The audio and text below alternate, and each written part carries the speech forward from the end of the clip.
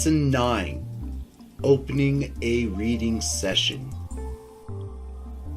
We are now going to perform a simple tarot reading. Begin with your first shuffle to awaken your cards.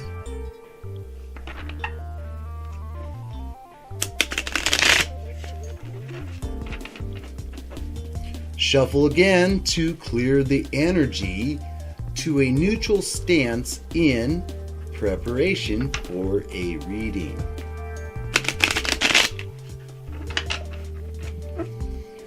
And now shuffle at least one more time to set the reading.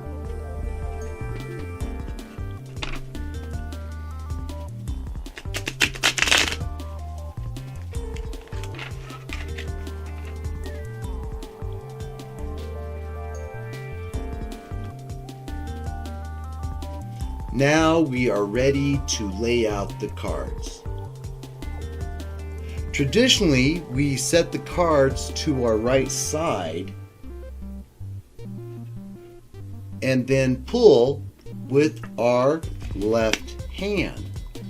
Of course, if you are left-handed, you would want to do the opposite. Now, some readers will lay out one card at a time and then read the card as they are placing their layout. Other readers, like myself, like to lay the cards out before the reading, mainly because it gives you a lot of extra hints and clues to the querent's possible situation. Please lay out your reading.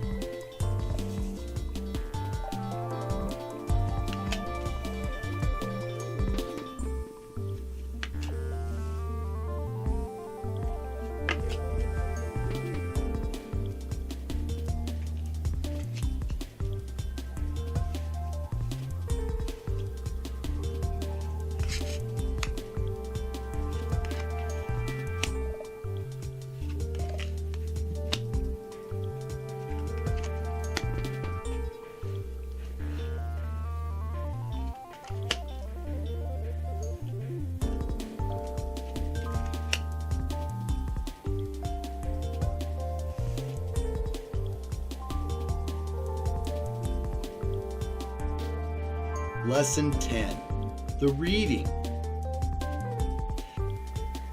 As you can tell, I have not placed this in a traditional Celtic cross layout or pattern, okay? The truth of the matter is, the layout itself doesn't truly matter. How you, what design you put your cards in, okay? What does matter is the assignments that each of the cards hold within the position of the reading. And so the first card, of course, that you would place describes the querent. I do place my layouts first, mainly because I like to get an overview of the ruling elements within the reading itself. And so here we have 1, 2, 3, 4 major arcana cards. So therefore, the major arcana associated with the element spirit signifies that this is a very spiritual reading for the querent. We look for our secondary element, which here in this case would be pentacles. So it's a spiritual reading about creation. What is the overall goals and achievements that this querent would like to accomplish? Now, I placed all the cards upright purposely for the ease of the lesson. I do read reversals, and the way I see a reversal is the basic opposite of the meaning of the card in its upright position. In other words, I look at the dualistic nature of the archetype or what the card is representing within itself. So if the card is reversed, in the case of the Lovers, we know that the Lovers is 6. In 6 in numerology is decisions, it's choice. And so therefore, if the card was reversed, it would kind of signify a difficult decision that the querent is having. So let's really dive into this reading and break it down. Okay, so the first card, as I mentioned, describes the querent. All right, so here we have the Wheel of Fortune card, our first major arcana card in the reading. As I mentioned, spirit is the ruling element within this reading. And the Wheel of Fortune card coming in at 10, we know numerically that we break that down, 1 plus 0 equals 1, which is new beginnings. So one point to make, especially about the Wheel of Fortune card, it is the divide card between the veils of the subconscious, what is below 10, and in the higher consciousness, what is above 10 within the major arcana. So this is the veil, which is why the Wheel of Fortune card is really kind of quoted as the karma card. So describing the querent, this person is stepping into a new phase, a new vibration, okay, a new cycle. The second card within the reading represents the energy that surrounds the querent. So in this case, as we discussed with the Lovers, represented by number 6, there is a decision, a choice that the querent is surrounded with. How this energy is flowing, the third card within your layout. Here we have the representation of the 9 of Pentacles. 9, as we learned, is culmination. It's a gathering, a bringing together, it's a harvest. Everything coming down to one focal point to move into the next cycle.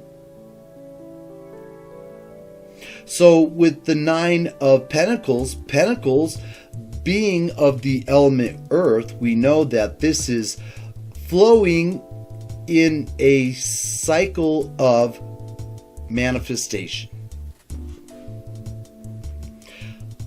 The fourth card here representing the recent past. Here we have our third major arcana card within this reading, and it is the Moon card. So as I mentioned before, 10 is the dividing line between the subconscious and the higher conscious. So therefore the Lovers card within itself would be from the subconscious, and the Moon card would be from the higher conscious. And the numerical representation for the Moon card, of course, is the number 18. So we break that down. 1 plus 8 equals 9. So once more, it is reflecting the 9 of Pentacles in that sense, as it's a cumulative situation. So you could say in this reading that this person has been working on this for quite a while to bring himself to this next stage. The querent's question in this case would be the Queen of Pentacles, our second Earth card within the reading. The first, of course, was the 9 of Pentacles. So being a court card, we know this is a grand transition. We know that the Queen is represented by the element water, and Pentacles, we know, is of the element earth. So therefore this is water and earth. Okay, it is a motion in creation. So the querent's question is reflective of emotionally manifesting, raising that vibration. The goal of the querent our 6th card within the reading is here another transition card represented by the Knight of Swords as a court card. So the element representations here with the Knight of Swords would be fire and air. So Knight is fire and Swords as air. It's action within thoughts. So the overall goal of the querent would be creating more ideas. The influence to the Knight of Swords, the goal, is the Ace of Pentacles. Ace, of course, we know is new beginnings. Pentacles, of course, we know is of manifestation. So it is the beginning of manifestation. The beginning of manifestation is leading to more action in ideas in representation of the querent's goal. The querent's attitude, our 8th card within this reading, is the 4 of Pentacles. His attitude is 4 being stability, and once again, Earth within the Pentacles is describing that stability of the creation. So the querent's attitude would reflect in the sense that he is creating. He is finally finding a foundation in which to build. The outside influence. Outside of the querent's influence, here we have the Justice card, which is number 11 in the major arcana. And so 11 being over 10, it is from the higher conscious realm, and we add 11 together numerically. 1 plus 1 equals 2, so it is a card of balance. It is a card of justice. As an outside influence here to the querent, we see that good judgment is with him as he is going through this adventure so far we have discovered within the reading. The querent's hopes and fears. Here we have the representation of 8 of Swords. 8 is strength in numerology. It is the power number. And Swords, of course, is of the element air, reflecting the Knight of Swords here in the querent's goal. So therefore, the querent's hopes and fears is that of strong ideas. Ideas in action, and hopes and fears is lending to the development of good, foundational, strong mindsets. The final summarization card, the 11th card here within the reading. Here we have the 9 of Cups. Again, represented reflection within the Moon card and within the 9 of Pentacles. So 9, once more, is that culmination factor, coming together to one focal point. And Cups, of course, we know is of the element water, which is of our emotions. It's of our love. It's of our passions. So the overall summarization of this particular reading is the 9 of Cups. He is raising himself to that next vibratory level, which really in that sense does denote as the ruling element of ether or spirit within this reading is talking about just that, finding a spiritual fulfillment, preparing to move to the next level. Congratulations, you have completed the Tarot Crash Course. Your next step in your Tarot journey is to practice, practice, and practice some more. Amaze your family and friends with your newfound skill. Please reach out to me and let me know how this Tarot reading formula works for you.